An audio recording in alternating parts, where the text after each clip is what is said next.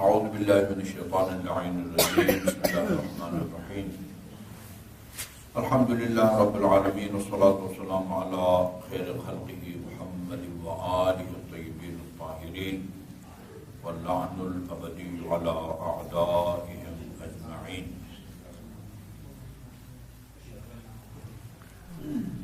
یہ ایک روایت ہے یا واقعہ ہے جس کو شیعہ اور سنی سب نے حضرت زہرا علیہ السلام کی حالت زندگی میں نقل کیا۔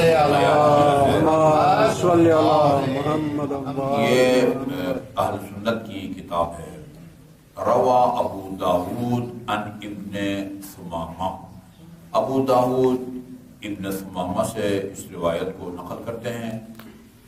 قال علی لابن اعبد، امیر المومنین نے ابن اعبد نامی شخص سے کہا، الا احدثک عنی وعن فاطمہ بنت رسول اللہ صلی اللہ علیہ وآلہ وسلم، میں اپنے بارے میں اور حضرت زہرا کے بارے میں تمہیں کچھ واقعات یا اپنے حالات نہ بتاؤں؟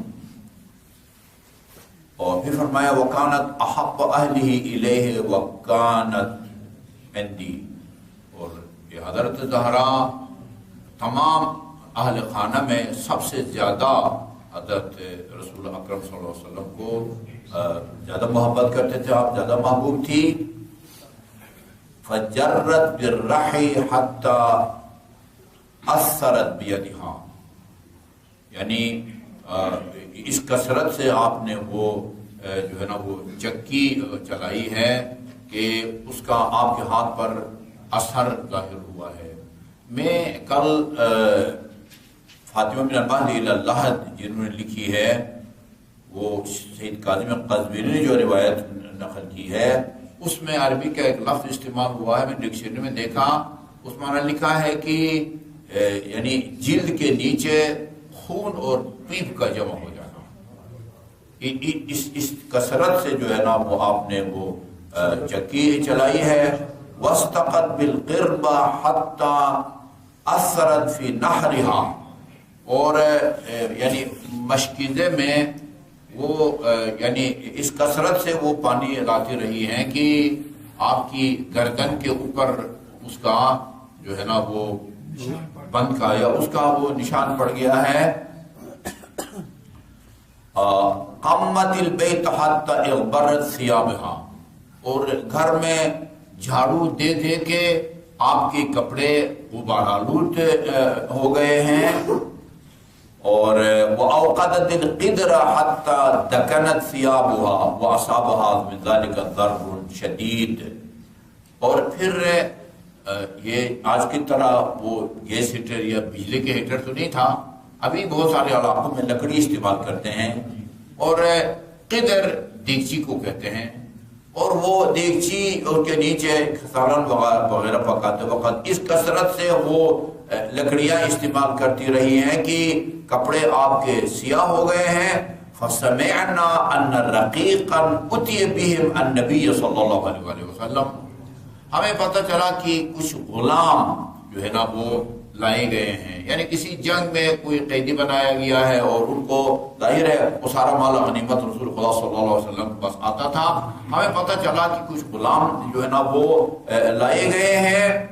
فَقُلْتُ لَوْ أَتَيْتِ أَبَاكِ فَسَأَلْتِهِ خَادِمًا يَكْفِيكِ، میں نے حضرت زہرا سے کہا کہ میرے خیال میں مجھے یہ پتہ چلا ہے کچھ وہ غلام لائے گئے ہیں، اگر آپ اپنے بابا کے پاس جائیں اور ان سے وہ گھر کی خدمت کے لیے کوئی غلام جو ہے نا کا وہ مطالبہ کریں جو وہ آپ کی مدد کر سکے۔ فَأَتَتْهُ فَوَجَدَتْ عِنْدَهُ حُدَاثًا، اپنے بابا کے پاس تشریف لے آئی، دیکھا کہ کچھ لوگ بیٹھے ہوئے تھے۔ حداثا اس کے شک کے معنی میں تھوڑا سا شک ہے، یا تو یہ ترجمہ ہے کہ کچھ نو مسلم آئے ہوئے تھے یا کچھ جوان بیٹھے ہوئے تھے، دونوں کے لیے یہ لفظ استعمال ہوا ہے۔ بہرحال فَاسْتَحْيَيْتُ فاستحت، چنانچہ ان کو دیکھ کے آپ جو ہے نا وہ شرما گئی. فرجعت، اور وہ اپنا مطالبہ پیش کیے بغیر واپس اپنے گھر تشریف لے آئی. اور جب رسول خدا صلی اللہ علیہ وسلم کو پتہ چلا کہ اس طرح بیٹی آئی تھی اور اپنی بات بھی نہیں کر سکی، واپس چلی گئی ہے، تو دوسرے دن سویرے سویرے آن حضرت تشریف لے آئے. فجلس عند راسها، اور مطلب ان کے پاس آ کے بیٹھ گئے رسول خدا اور پوچھا کہ بیٹی کل ہمارے گھر آئی تھی تو کوئی کام بتائے بغیر، کوئی بات کے بغیر واپس آ گئی ہے، خیریت تو ہے؟ کیا تمہاری حاجت تھی؟ تو 2 دفعہ یہ سوال کیا، لیکن حضرت زہرا نے بات کرنے کی جو ہے نا وہ جرت نہیں کی، شرما گئی. تو فقلت انا واللہ احدثک، رسول خدا فرماتے ہیں کہ میں نے عرض کیا یا رسول اللہ، میں آپ کو بتاتا ہوں کہ آپ کی صاحبزادی کس کام کے لیے آپ کے پاس آئی تھی. یا رسول اللہ، ان ہذہ، یہ جو آپ کی بیٹی ہے، جرت عندی بالرحی، میرے گھر یعنی اتنی انہوں نے وہ چکی چلائی ہے کہ ان کے ہاتھ جو ہے نا وہ متاثر ہو گئے ہیں، زخمی ہو گئے ہیں، اور وہ مشکودہ میں پانی لا کے اس سے بھی آپ کی گردن پر اس کے نشان پڑ گئے ہیں، اور گھر کا اتنا جھاڑو دیا ہے کہ حتی اغبرت ثیابها، غبار آلود ہو جاتے ہیں ان کے کپڑے، اور وہ جو ہے نا وہ لکڑیاں جلا کے کپڑے سیاہ ہو جاتے ہیں. اور آپ پتہ چلا ہے کہ آپ کے پاس کچھ غلام آئے ہیں، اور اس لیے یہ کوئی غلام یا خادم کا مطالبہ کرنے کے لیے آئی تھی. اس موقع پر رسول خدا صلی اللہ علیہ وسلم نے بعض روایات میں ہے کہ فرمایا کہ جو ہے نا وہ یہ اصحاب الصفہ جو غریب تھے مدینہ منورہ میں، کہا کہ وہ بھوکے ہیں، میرا ارادہ یہ ہے کہ جتنے بھی یہ غلام آئے ہوئے ہیں ان سب کو فروخت کر دوں، اور اس پیسے سے وہ اصحاب الصفہ بیچارے ان کے لیے جو ہے نا وہ کھانے پینے کی چیزوں کا بندوبست کروں. میں تمہیں ایسی چیز دیتا ہوں جو یقیناً غلام سے زیادہ تمہارے لیے فائدے میں ہوگا. اور اس موقع پر تسبیح حضرت زہرا کی تعلیم فرمائی. اچھا، اس روایت میں ہے کہ رات کو جب سونے لگو تو 33 مرتبہ سبحان اللہ، ترتیب برعکس ہے.